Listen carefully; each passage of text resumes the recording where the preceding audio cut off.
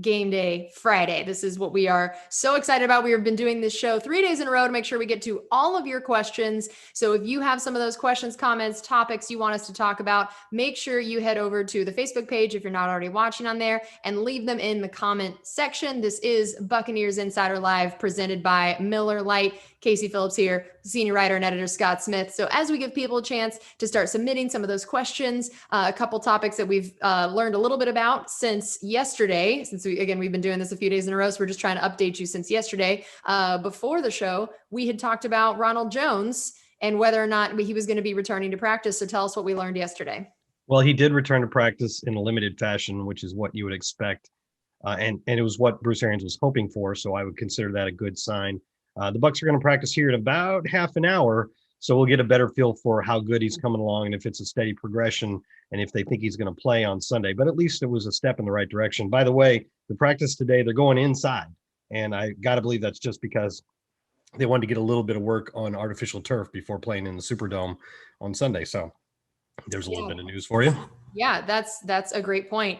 We've had a couple of questions about injury updates in general. And again, this is something that we've answered the last couple of days, but we know not everyone gets to see the show every day. So we had a few different people ask about Vita Vea and OJ Howard and the implications of playoffs for there. And then we also had a question about Alex Kappa. So can you give us the updates on those guys? Yeah, let's start right at the end there because while the Bucs haven't officially announced it yet, they are about to put Alex Kappa on injured reserve due to that ankle fracture.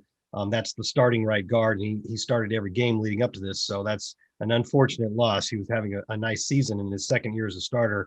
And because you have to be on injured reserve for at least 3 games before you could be eligible to return, that means that's it for Kappa in 2020. So we'll be looking forward to his good return in 2021. And the Buccaneers are going to start Aaron Stinney in his place. He is it'll be his first start coming now in the playoffs in the divisional round. It's, hey, throw you right into the fire. But he's the Bucs' best option there right now. And the Bucs like his athleticism and his physical style of play. And one of the people who was asked about him yesterday, can't remember, maybe Ryan Jensen, who to compare him to. And he said, well, he's actually kind of a lot like Alex Kappa. So if he can give you something like the same thing, then that'll be good. And the Buccaneers are also going to restore some of that depth on the interior line by signing Earl Watford. Again, that's not official yet, but it is going to happen probably before this practice, so any minute now.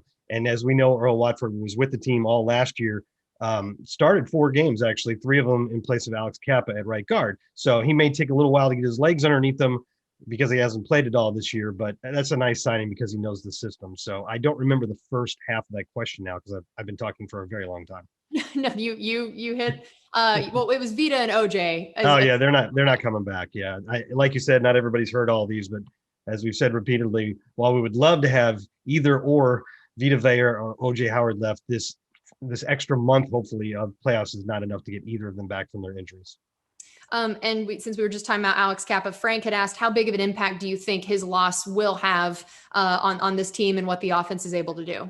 Well, it's potentially a big impact, and we don't want it to be honest with you, because if it has an impact, it probably won't be in a good way. The Buccaneers offensive line really is peaking at the right time. They've been playing well for the last month or so. I mean, really well, given Tom Brady tons of time to throw on most of his passes, which is why he's been able to hit so many of those downfield 25, 30-yard plays to Antonio Brown and Chris Godwin and Mike Evans and Scotty Miller and Cam Brate. I mean, we've had something like 11 touchdowns of more than 20 yards in the last 5 games, which is really a lot. And obviously the overall numbers for Tom Brady have been incredible over the last 5 or 6 weeks, and you can't do that without good protection from the line. So hopefully Aaron Stinney can help keep that going. So we'll be saying there wasn't a huge impact from him coming into the game.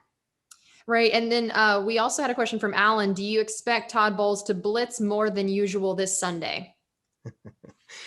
Todd Bowles already blitzes more than almost every defensive coordinator in this league. I think his blitz rate this year was about 42%. And just to be clear, a blitz is actually defined as more than 4 defenders coming at the passer on a pass rush. So sometimes things you see that look like a blitz aren't necessarily a blitz. Like if a corner comes out of the slot, but one of your outside linebackers drops into coverage and you're still only bringing 4, that's not a blitz. But just from a blitz standpoint, I think Todd Bowles has been in the top 3 in terms of aggressiveness in the league including when he was a head coach for the last 5 years. So he's going to blitz.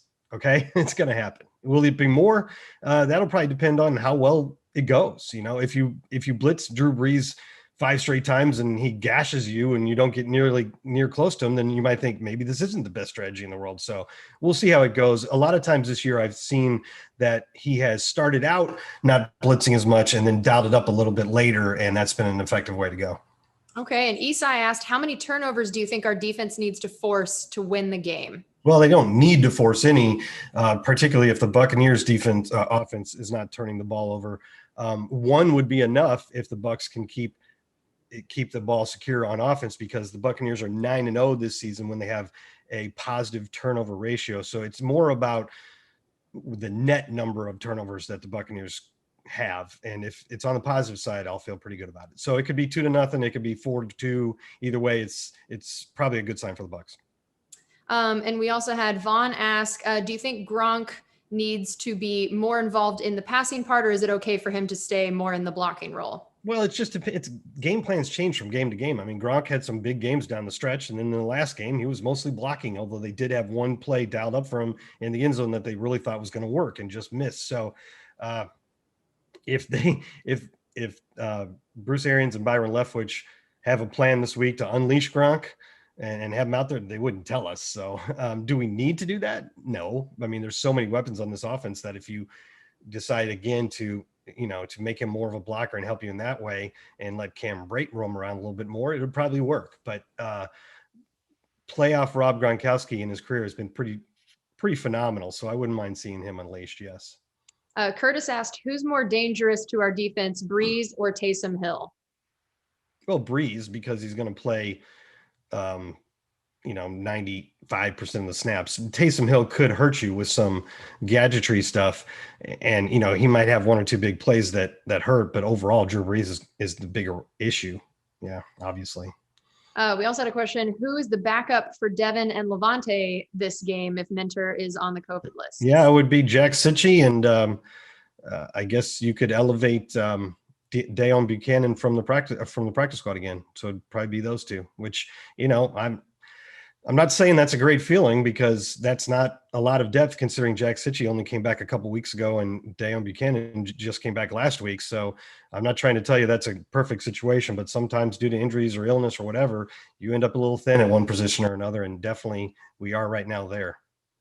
And we also had Dustin ask, is Taysom still hurt? So I know that he was out of practice for the Saints. Yeah, I'm pretty sure the Saints' last practice report had him as out still. Like he missed the last 2 games.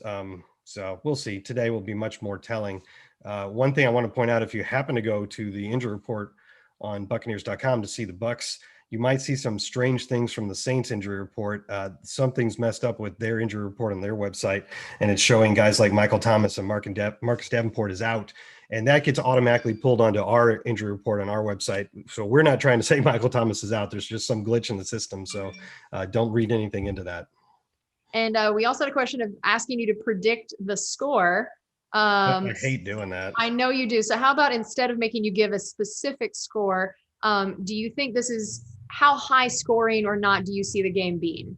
Feels like a high scoring game to me, like 31-28, something like that. Nothing out of control, like 44-40, but I don't think we're going to see a 14-10 game here. The Bucs offense is just clicking on all cylinders right now. And as I've said the last couple of days, just as long as they can give Tom Brady a good amount of time to pass, I think we will move the ball and score.